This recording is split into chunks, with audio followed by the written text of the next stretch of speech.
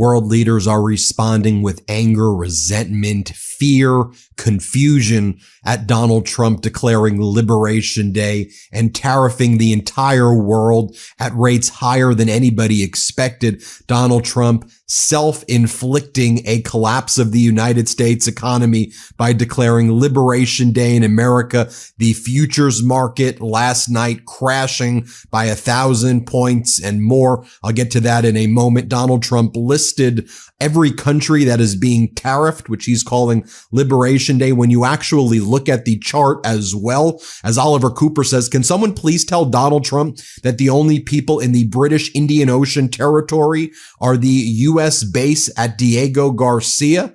He's taxing an American military base. Also, if you look at the chart of who Donald Trump is tariffing, he's tariffing the Heard and McDonald Islands. He's not making this up, declaring a trade war with penguins. Planned tariffs that were shared by the White House includes an island that's uninhabited other than penguins. Now, James Sorotsky and others have been going through the formula for how Donald Trump and his regime actually calculated this tariff scheme stunt, self-induced world economic collapse. And it's by lying and saying, oh, these were just reciprocal tariffs. They're not reciprocal. I mean, if you look at the tariff rate of, let's say, Europe versus the United States, it was like each country in Europe were tariffing each other 1%. So where was Donald Trump making up these numbers? As James Sorotsky said, it's important to understand that the tariff rates that foreign countries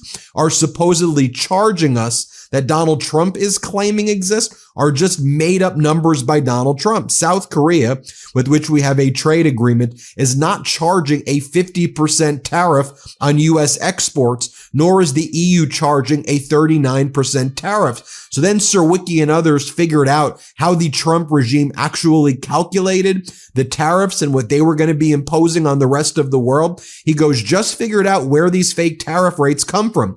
They didn't actually calculate tariff rates plus non-tariff barriers as they say they did.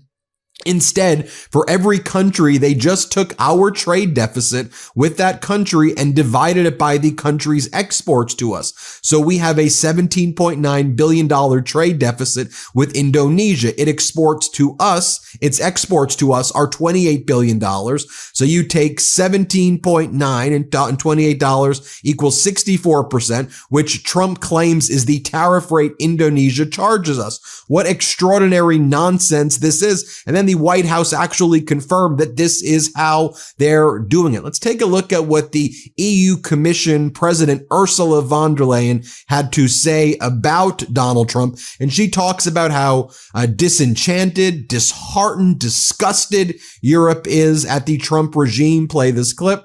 And because of this collective experience of the last, almost 75 years, so many Europeans feel utterly disheartened by the announcement from the United States. Let me be clear. Europe did not start this confrontation. We think it is wrong. But my message to you today is that we have everything we need to protect our people and our prosperity. We have the largest single market in the world. We have the strength to negotiate. We have the power to push back.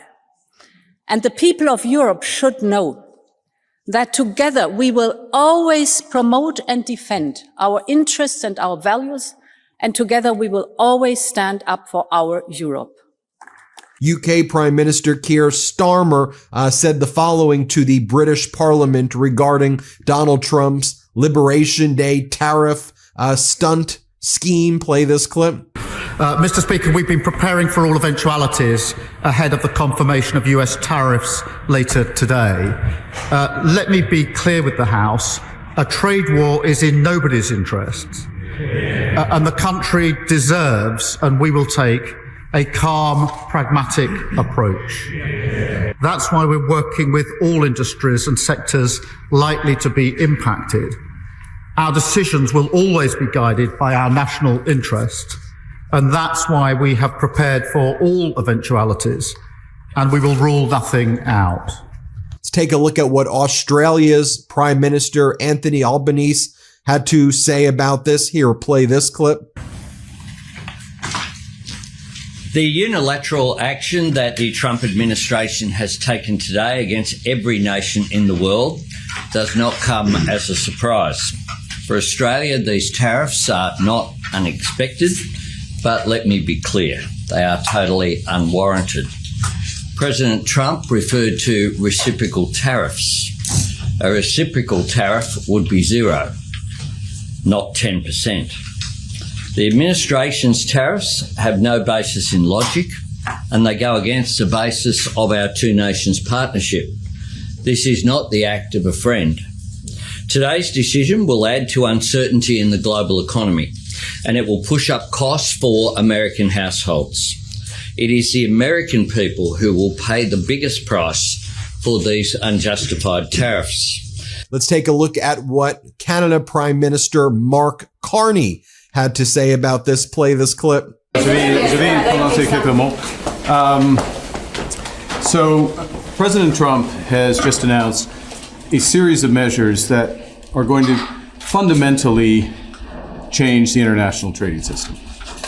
Now, in doing so, he has preserved a number of important elements of our relationship, the commercial relationship between Canada and the United States.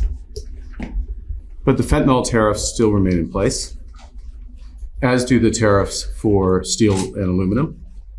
As of this evening, the tariffs on automobiles will enter into force, and the U.S. has signaled that there will be additional tariffs in so-called strategic sectors, pharmaceuticals, lumber, and semiconductors.